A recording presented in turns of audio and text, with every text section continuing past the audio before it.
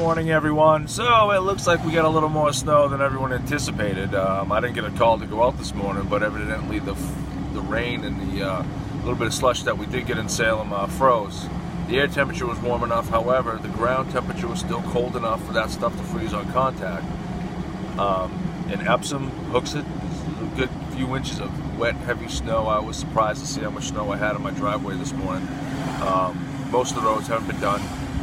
I'm on Route 328 right now, and it's okay. 28's pretty good going up. It's state road, so the big trucks doesn't take long for them to wing it onto the side and get it taken care of. However, the side roads, most of these parking lots haven't been done. I don't know if guys kind of passed this one off, got a little lazy or what, but it's still probably like 8:30 in the morning on Wednesday, and very little's been cleaned up. So drive safe out there and plan ahead. I think schools have a 2-hour delay.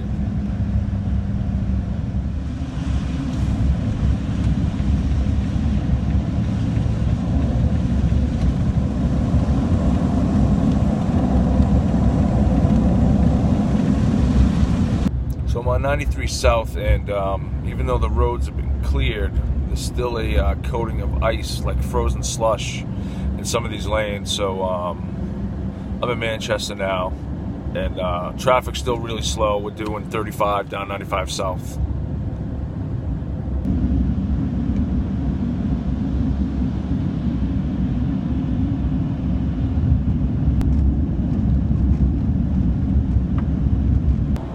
So right around where the 101 split is off 93, the roads are pretty decent. It went from a packed frozen slush to clear hot top. So traffic's flying along pretty good now. The trick, as always, is to read the traffic much further ahead of you than where you're at, because if you get fixated on the traffic and the road conditions directly in front of you, you tend to lose focus on what everyone else is doing. Because all it takes is for someone to hit their brakes and cause a lot of issues for other people.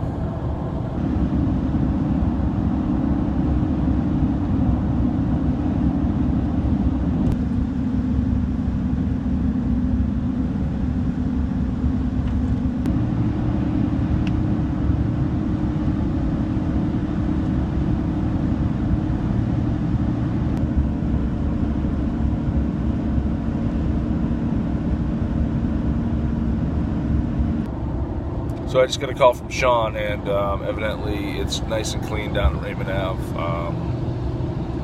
So if anything had frozen, it must have been briefly, because he said it's just wet, nothing's frozen, nothing's stuck, so that's good.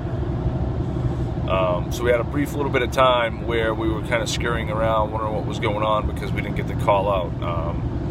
For me, up in Epsom and Hooksett was quite a bit of snow. And I had no idea what it looked like down here in Salem. And now that I have eyes on the property, all's good. Everything's cool. So it's like southern New Hampshire's good. I definitely noticed from Derry South, there's literally nothing. But Manchester North, it's a shithole, so be careful and take your time.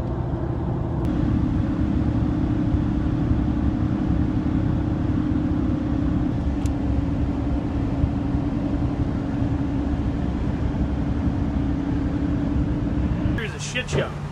The whole time, snow and sleet was kicking up, ice was kicking up, and it was like 45 miles an hour the whole way down. Yeah. There's spots where it was only like 30 miles an hour. Yeah. Actually, we're doing like 25, 30 from north of, between exit 9 south and 101. Like I said, it was just covered with ice, and fucking people were putting. You're afraid to pass. Someone put on their brakes, and it's a chain reaction, and it was pretty sketchy.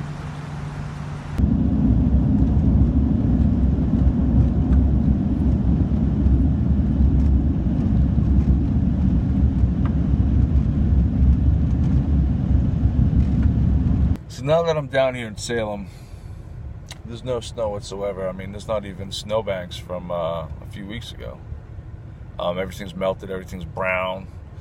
And it goes to show how many different climate zones and how weather patterns move across New England. You know, plus or minus 10, 15, 20 miles is a whole nother world of temperature and wind conditions and snowfall amounts. Even another 20 miles closer to the shore, it's totally different than what it is here in Salem. So it's always tricky to nail down what the weather's going to do, and that's why really the only way we can figure it out is to literally be where we need to be to see what it's actually doing. The radar could tell us it's snowing when it's not, and vice versa. The air temperature could be 35, 36, but the ground temperature, especially in northern shady spots of properties and roads and valleys, the ground is much colder. Therefore, even though the air temperature might be just a few above freezing, it doesn't mean it's going to warm up the ground to the point where any precipitation hits the ground and freezes on contact.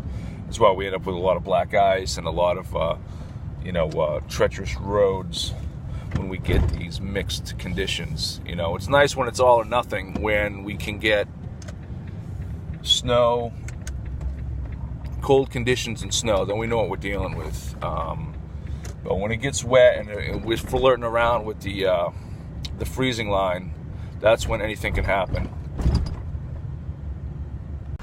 Okay, so now what I have to do is actually drive out of my driveway, go to the set of lights, take a right and a quick U-turn to get back into the left turning lane so that I can come and make the final swoop into my own driveway.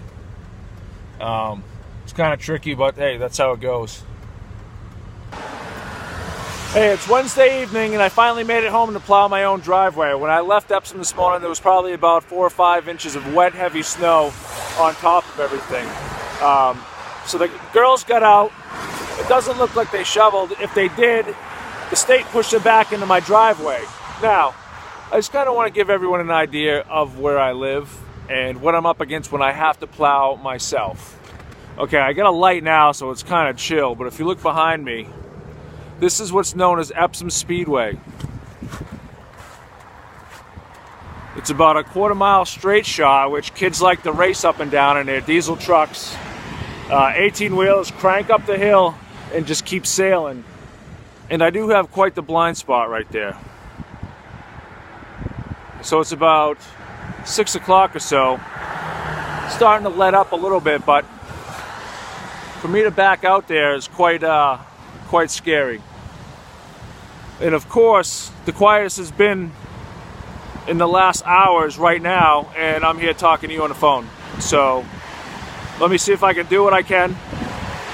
Oh, here we go. Check it out. Epsom Speedway.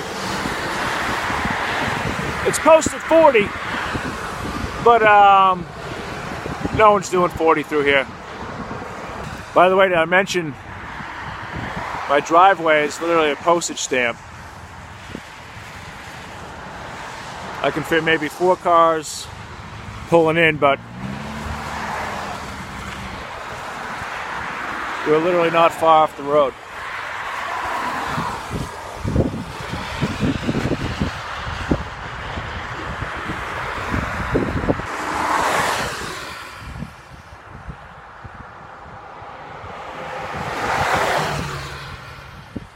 I have to back out here during rush hour to get my driveway done. My driveway really isn't that big. It'd be better off if we snow blowed it, and yeah, well, all the snow blows we got over the years were crap, and Jen gets out here with the kids and shovels anyway, so if I don't hit it with the truck, it is what it is.